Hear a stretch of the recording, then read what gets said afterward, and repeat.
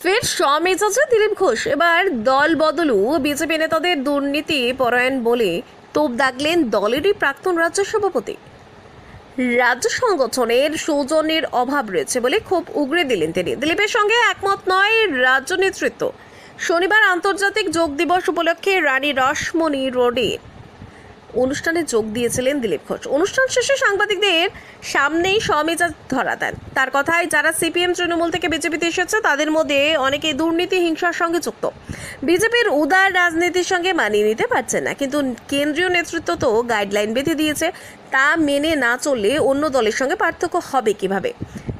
তার আরও দাবি, বিজেপির উদার দল বসুধৈব কুটুম্বকম এ বিশ্বাসী, সকলকে নিয়ে চলতে চায়। সবকা সাথ সবকা সাথ সবকা বিকাশ দলের মূল মন্ত্র। দলেরই প্রাক্তন রাজ্য সভাপতির মতের সঙ্গে সহমত নন বিধানসভার বিজেপির মুখ্য সচেতক শঙ্কর ঘোষ।